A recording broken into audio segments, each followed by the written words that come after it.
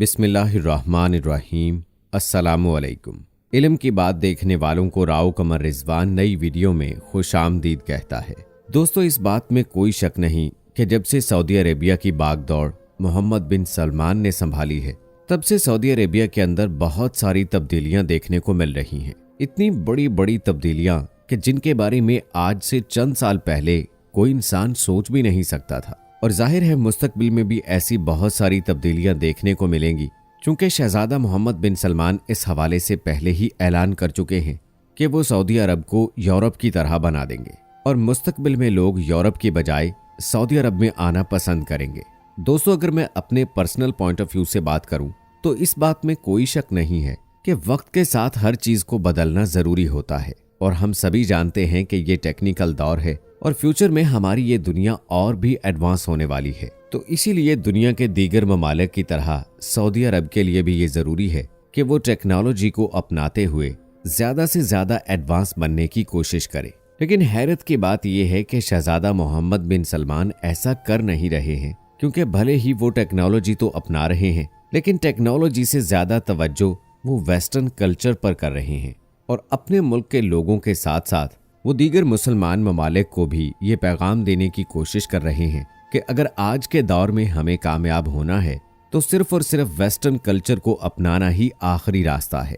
यानी आज के दौर में कामयाबी सिर्फ और सिर्फ वेस्टर्न कल्चर यानी यूरोपियन कल्चर के साथ मुंसलिक है। दोस्तों, जहां पिछले कुछ अरसे में सऊदी अरब में बड़े बड़े सिनेमा हॉल और क्लब खुल रहे हैं, म्यूजिक और डांस के बड़े बड़े शो हो रहे हैं, तो वहीं दूसरी जानिब ऐसी चीजों को हमेशा हमेशा के लिए मिटा दिया जा रहा है कि जिनका ताल्लुक अरब लोगों, इस्लाम की तारीख और इस्लाम के कल्चर के साथ है। अगर आप इंटरनेट पर जाकर सर्च करेंगे और डाटा कलेक्ट करने की कोशिश करेंगे तो आपको ये महसूस होगा कि पिछले कुछ वक्त के अंदर ही ऐसी बहुत सारी तारीखी चीजों को हमेशा हमेशा के लिए खत्म कर दिया गया है कि जिनको पिछले काफी अरसे से मुसलमान अपनी विरासत समझते हुए हिफाजत कर रहे थे। और इन सब चीजों से अलग हटकर सबसे बड़ी हैरानी की बात यह है कि सब बड़े बड़े उलमा या ये कहिए कि स्कॉलर्स कि जिनकी ये जिम्मेदारी थी कि वो इस चीज के खिलाफ खड़े होते और इसको रोकने की कोशिश करते, वो पूरी तरह से खामोश नजर आते हैं। और उनको खामोश करने वाली कोई और चीज नहीं बल्कि सिर्फ और सिर्फ रियाल है। सबसे अहम बात यह है कि ये लोग सिर्फ खामोश ही नहीं है, बल्कि इनमें से कुछ तो ऐसे हैं जो खुद सिस्टम का हिस्सा बनकर इस पूरे मिशन को प्रमोट कर रहे हैं और इस मिशन को ज्यादा से ज्यादा कामयाब बनाने की कोशिश कर रहे हैं। इनफैक्ट अगर कोई इस मिशन के बीच में आता भी है तो इस पूरे मामले को रोकने की कोशिश करता है तो उसको अपने रास्ते से हटा दिया जाता है। और सऊदी अरब में ये मामला पिछले काफी अरसे से होता आ रहा है। दोस्तों, कुछ अर्सा पहले सऊदी अरब में रियाज सीजन को प्रमोट करने के लिए एक वीडियो जारी की गई थी, जिस वीडियो के रिलीज होते ही पूरी दुनिया में हाहाकार मच गई। दरअसल दोस्तों, इस वीडियो के अंदर ये देखा जा सकता था कि एक ऐसे इंसान जो कि काबे के इमाम रह चुके थे, वो इस सीजन को प्रमोट कर रहे थे। इस वीडियो के सीन में हम देख सकते हैं कि इमाम काबा रह चुके ये इंसान पहले दूरबीन से अपने फौजियों को देख रहे हैं और फिर अगले ही सीन में उनको जख्मी दिखाया गया है और जख्मी हालत में ही इनके साथी इन्हें किसी दूसरी जगह पर ले जा रहे हैं। इस वीडियो के सामने आते ही दुनिया के मुख्तलिफ कोनों से सभी मुसलमानों ने उन पर तनकीद करना शुरू कर दी थी और लोग ये कह रहे थे कि इमाम काबा जैसी पोजीशन पर रहने वाला ये शख्स आखिर ऐसा कैसे कर सकता है, बल्कि उनको तो इन सारी चीजों को रोकना चाहिए था, जबकि अब वही इंसान इन सब चीजों को प्रमोट कर रहा है। वहीं दूसरी जानिब इस वीडियो के बनाने वाले प्रोड्यूसर से सवाल किया गया कि आखिर तुमने इस किरदार के लिए एक ऐसे इंसान को ही क्यों चुना कि जो इमाम काबा जैसी बड़ी पोजीशन पर रह चुके थे। तो उस प्रोड्यूसर का ये जवाब था कि ये मैंने इसलिए किया था कि ताकि ज्यादा से ज्यादा लोगों की अटेंशन हासिल कर सकूं। जाहिर है ये बात बिल्कुल क्लियर है कि जब कोई ट्रेलर या कोई इस तरह की चीज नॉर्मल पोर्ट्रे की जाती है तो उसको ज्यादा लोगों की तवज्जो नहीं मिल पाती है। वहीं किसी फिल्मी ट्रेलर या किसी फिल्मी सीन में कोई तड़का लगा दिया जाए कि जिसको देख के वबाल खड़ा हो जाता है, तो फिर उसका प्रमोशन तो फ्री में ही हो जाता है। और जाहिर है हम बड़ी आसानी के साथ देख सकते हैं कि फिल्मी लोगों की जानिब से ये तरीका बहुत अपनाया जा रहा है।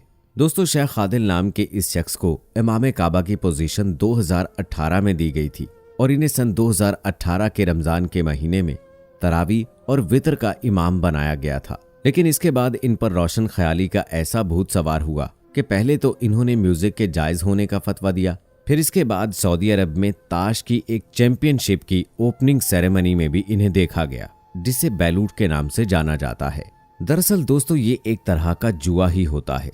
सऊदी अरब की एंटरटेनमेंट अथॉरिटी मिलकर ही ये सारे काम सऊदी अरब में कर रही है और इन सब चीजों की प्रमोशन के लिए शेख आदिल को बड़ी अच्छी तरह से यूज कर रही है, ताकि मजहब का सहारा लेकर ज्यादा से ज्यादा लोगों का ब्रेन वॉश किया जा सके। फिलहाल दोस्तों इन्हें रियाज सीजन को प्रमोट करते हुए देखा गया है। आप में से बहुत सारे लोग रियाज सीजन के बारे में तो जानते ही होंगे। दरअसल ये सऊदी अरेबिया का एक एंटरटेनमेंट फेस्टिवल है जो कि हर साल मनाया जाता है, कि जिसको दुनिया के कोने कोने से बहुत सारे लोग आकर ज्वाइन करते हैं। इस फेस्टिवल के अंदर न सिर्फ डांस शोज और म्यूजिकल शोज होते हैं, बल्कि साथ ही साथ फैशन शोज भी होते हैं। अपनी इस हरकत पर शर्मिंदा होने की बजाय शेख आदिल ने अपने ट्विटर अकाउंट पर मिजाह के अंदाज में लोगों से सवाल पूछा कि क्या आपको लगता है कि मैं हॉलीवुड में जाने के लायक हूं? लोगों ने जब शेख आदिल का ये ट्वीट देखा तो पहले ही जो लोग इनसे नाराज थे और इनको क्रिटिसाइज कर रहे थे, अब वो इस मजाकिया और बेहुदा ट्वीट को देखकर और भी ज्यादा आग बगूला हो गए। साथ ही साथ दोस्तों आपको ये भी बताते चलें कि शेख आदिल ऐसे पहले इंसान हैं कि जिनके इमाम काबा होने के बावजूद भी टिकटॉक पर अकाउंट मौजूद है। यही वजह है कि इनकी इसी तरह की एक्टिविटीज की वजह से ही ऐसे बहुत सारे आलिमों ने इनके खिलाफ फतवे जारी किए जो पहले इमाम काबा की पोजीशन पर रह चुके थे। लेकिन दोस्तों शेख आदिल के चर्चे एक बार फिर से शुरू हो गए पिछले दिनों, जब इनकी सोशल मीडिया पर एक और वीडियो वायरल हुई जिसमें ये देखा जा सकता था कि जिसमें ये एक ऐसी सुपर बाइक पर जीन्स और जैकेट पहने हुए मौजूद हैं कि जिस जैकेट पर बेशुमार बैजेस मौजूद हैं। और हैरानी की बात यह थी कि इनमें से कुछ बैजेस ऐसे भी थे कि जिनको डेविल के निशान के तौर पर जाना जाता है। हालांकि आपके इल्म में इजाफे के लिए बताते चले कि इनका ये वीडियो भी रेस की एक प्रमोशन का हिस्सा था। दोस्तों इस बात में कोई शक नहीं है कि हमारी दुनिया का हर इंसान आजाद है कि जो वो चाहे करे, जो चाहे वो पहने, जो चाहे वो खाए और जो चाहे वो करे। कोई भी इंसान उसे कुछ भी करने से नहीं रोक सकता है। मगर इस बात में कोई शक नहीं है कि इमाम काबा की जो एक पोजीशन है वो कोई छोटी मोटी नहीं है। शेख आदिल को अगर किस्मत से ये पोजीशन मिली थी तो यकीनी तौर पर उनको इसका एहतराम करना चाहिए था। इस हवाले से दोस्तों आपकी क्या राय है?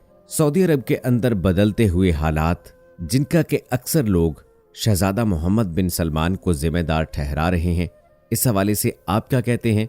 क्या आपको भी यही लगता है कि वाकई में शहजादा मोहम्मद बिन सलमान सऊदी अरब में अब वही कल्चर प्रमोट कर रहे हैं जो कि वेस्टर्न कल्चर है?